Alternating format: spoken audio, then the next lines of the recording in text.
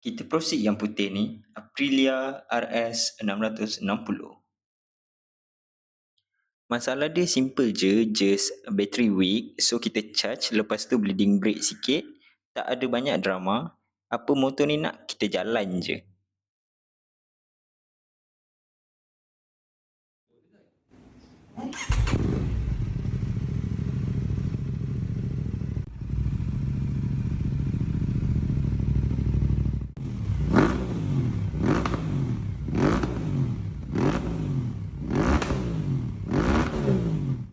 RS 660 siap. So kita terus basuh ketiga-tiga motor, kasih fresh balik.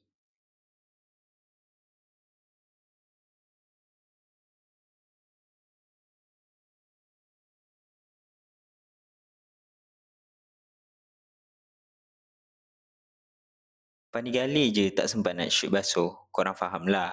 Kerja jalan dulu. Lepas settle semua, kita park depan kedai. Kasih cun, kasih puas mata tengok.